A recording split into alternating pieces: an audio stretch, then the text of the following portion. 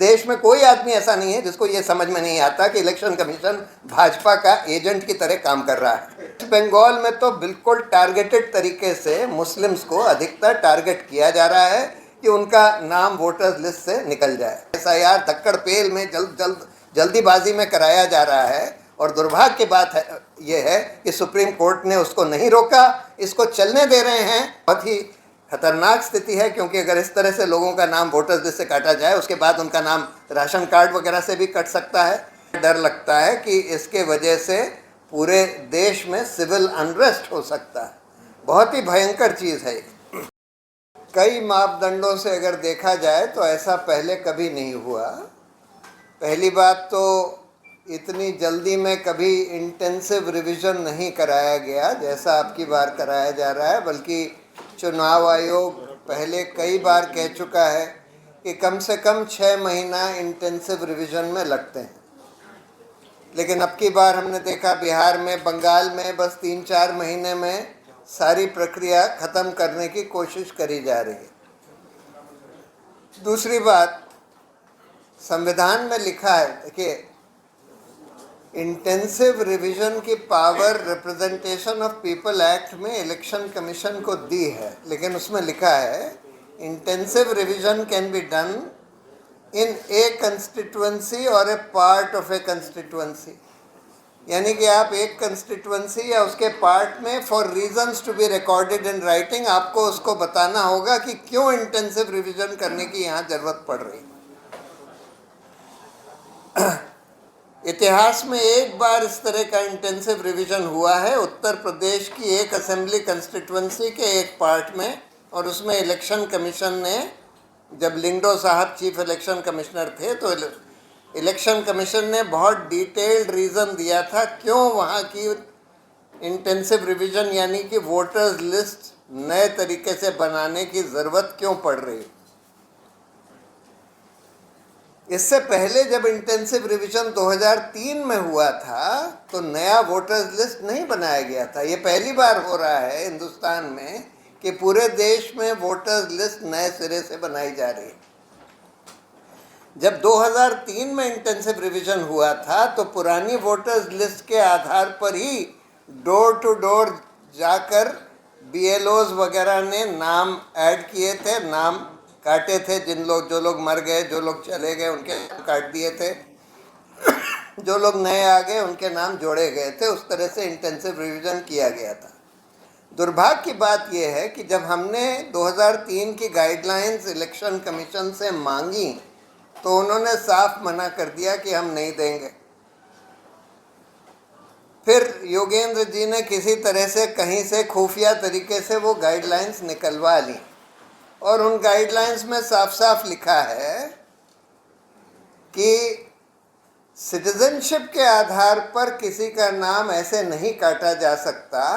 उसमें एक प्रक्रिया जो सुप्रीम कोर्ट ने बताई है लाल बाबू हुसैन वाले केस में, जिसमें ये बोला है कि अगर आपको डाउट है किसी के सिटीजनशिप के बारे में तो आपको तथ्य देके, आधार देके उसको नोटिस देना होगा। अगर उसका नाम पुरानी वोटर्स लिस्ट में है तो उसको माना जाएगा कि वो प्रिमा फेसी सिटीजन है, और अगर आपको डाउट है तो आप उसको तथ्य देके, रीजंस देके बोलिए कि भाई इस वजह से हम तुम्हारी सिटीजनशिप को डाउट करते हैं, और उसके बाद जो वो जवाब दे उसमें कोई भी एविडेंस दे सकता है, ओरल या डॉक्यूमेंट्री, अपनी सिटीजनशिप दिखाने के लिए।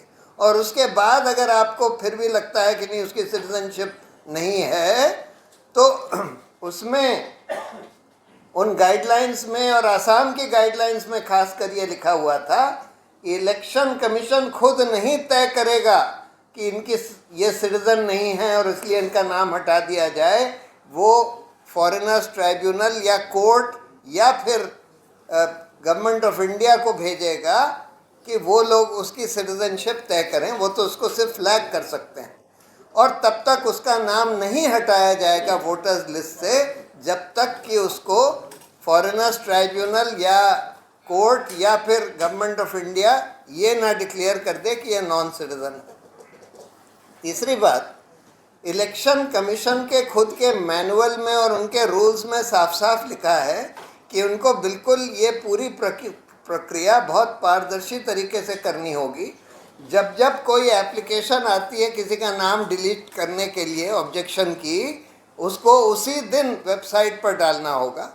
जब कोई एडिशन की एप्लीकेशन आती है उसी दिन वेबसाइट पर डालना होगा। इस एसआईआर में ये सब कुछ नहीं किया जा रहा।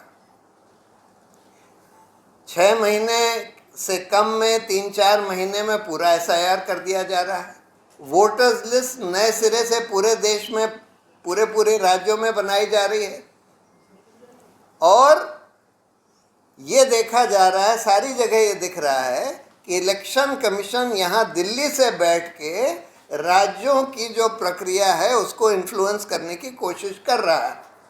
और ये जो लॉजिकल डिस्क्रिपेंसी के आधार पर लोगों को डाउटफुल कैटेगरी में डाल दिया है, अंडर एडजुडिकेशन डाल दिया है, ये तो पहले कभी नहीं किया गया। पहली बार इतिहास में ये किया जा रहा है। और ये पूरा के पूरा जो डाउटफुल लॉजिकल डिस्क्रिपेंसी का सेंट्रल दिल्ली से भेजा गया है। और आप देख रहे हैं कि बिल्कुल अब कम से कम वेस्ट बंगाल में तो बिल्कुल टारगेटेड तरीके से मुस्लिम्स को अधिकतर टारगेट किया जा रहा है कि उनका नाम वोटर्स लिस्ट से निकल जाए। दुर्भाग्य की बात यह है कि इसको चुनौती देने के लिए सुप्रीम कोर्ट में कई याचिकाएं पड़ी हैं, लेकिन सुप्रीम कोर्ट को तो कायदे से इस आधार पर ही एसआईआर को इलीगल डिक्लेयर कर देना चाहिए था कि भाई एसआईआर का जो कानून है वो आपको ये नहीं परमिट करता कि आप पूरे देश में पूरे राज्यों में नए सिरे से वोटर्स लिस्ट बनाएं और लोगों से बोलें कि तुम लोग एन्यूमरेशन फॉर्म भरो, नहीं तो तुम्हारा नाम ऑटोमेटिकली बाहर हो जाएगा, और उनसे बोलें कि तुम लोग ये 10-11 दस्तावेज दो। ये कभी किसी कानून में नहीं लिखा है। और इनफैक्ट जो एक फॉर्म 6 होता है नए वोटर का नाम डालने के लिए, उसमें लिखा होता है कि आपको प्रमाण सिर्फ 2 चीज़ों के लिए देना है, आप 18 साल से ऊपर हैं और आप यहाँ रहते हैं। कोई भी प्रमाण दे सकते हैं, उसमें ये नहीं लिखा कि किस तरह का प्रमाण, कुछ भी, बैंक अकाउंट का, गैस अकाउंट का, राशन कार्ड का, कुछ भी दे सकते हैं, आधार कार्ड, कुछ भी दे सकते हैं। और सिटीजनशिप के लिए सिर्फ सेल्फ डिक्लेरेशन देना होता है, यानी आपको कोई उसका प्रूफ नहीं देना होता कि आप सिटीजन हैं। आपको बस असर्ट करना होता है कि आप सिटीजन हैं, और आपका अगर क्लेम गलत है तो फिर आपके खिलाफ प्रोसिक्यूशन हो सकता है। लेकिन इस सब को छोड़कर नए तरीके से, बिल्कुल अनप्रेसिडेंटेड तरीके से एसआईआर धक्कड़ पेल में जल्दीबाजी में कराया जा रहा है। और दुर्भाग्य की बात है ये है कि सुप्रीम कोर्ट ने उसको नहीं रोका, इसको चलने दे रहे हैं और थोड़ा बहुत लीपापोती करके उसको आगे बढ़ने दे रहे हैं। और तीसरी बात ये कि अगर कोई किसी के नाम अंडर एडजुडिकेशन है और कोई proper fair independent judicial body ने, देखिए आज सब लोग जानते हैं कि इलेक्शन कमीशन का क्या हाल है। इस देश में कोई आदमी ऐसा नहीं है जिसको ये समझ में नहीं आता कि इलेक्शन कमीशन भाजपा का एजेंट की तरह काम कर रहा है। सब मानते हैं कि इलेक्शन कमीशन भाजपा के एजेंट की तरह काम कर रहा है। तो फिर इसके फाइनल एडजुडिकेशन के लिए कोई इंडिपेंडेंट जुडिशल बॉडी होनी चाहिए। अब वहाँ पर बंगाल में उन्होंने कुछ कहा तो है, लेकिन इतनी जल्दीबाजी में इतने सारे नाम के एडजुडिकेशन इस जुडिशल बॉडी से नहीं कराए जा सकते। और जब तक प्रॉपर एडजुडिकेशन ना हो जाए तब तक उनके नाम कायदे से नहीं हटाए जा सकते। लेकिन आज ये कहा जा रहा है कि नहीं, हटा दीजिए, अगली बार जब एडजुडिकेशन होगा या जब कुछ और प्रक्रिया होगी कोई इंडिपेंडेंट बॉडी के तहत, तब आपका नाम वापस आ सकता है। तो ये बहुत ही दुर्भाग्यपूर्ण बात है कि इस तरह से हो रहा है। और जैसे नदीम ने बताया कि, या और लोगों ने भी बताया कि बिल्कुल अब टारगेटेड डिलीशंस करे जा रहे हैं। कहीं कहीं कुछ पोलिंग स्टेशंस पे 100%, कहीं 97%, कहीं 95%, और उसमें ज़्यादातर मुस्लिम्स हैं। तो देखिए, जब भाजपा सरकार बनी थी तो उन्होंने बोला था कि भाई हम हिंदू राष्ट्र बनाएंगे, यानी मुस्लिम्स को सेकंड क्लास सिटीजन्स बना देंगे, यानी कि उनके कम से कम वोटिंग राइट तो छीन लेंगे। फिर उनको ये रियलाइजेशन हुआ कि सेकुलरिज्म तो बेसिक स्ट्रक्चर है कॉन्स्टिट्यूशन का, तो संविधान का संशोधन करके ये नहीं कर सकते। तब उनको लगा कि अच्छा हम एनआरसी कर देंगे और एनआरसी करके हम मुसलमानों को एनआरसी से बाहर कर देंगे।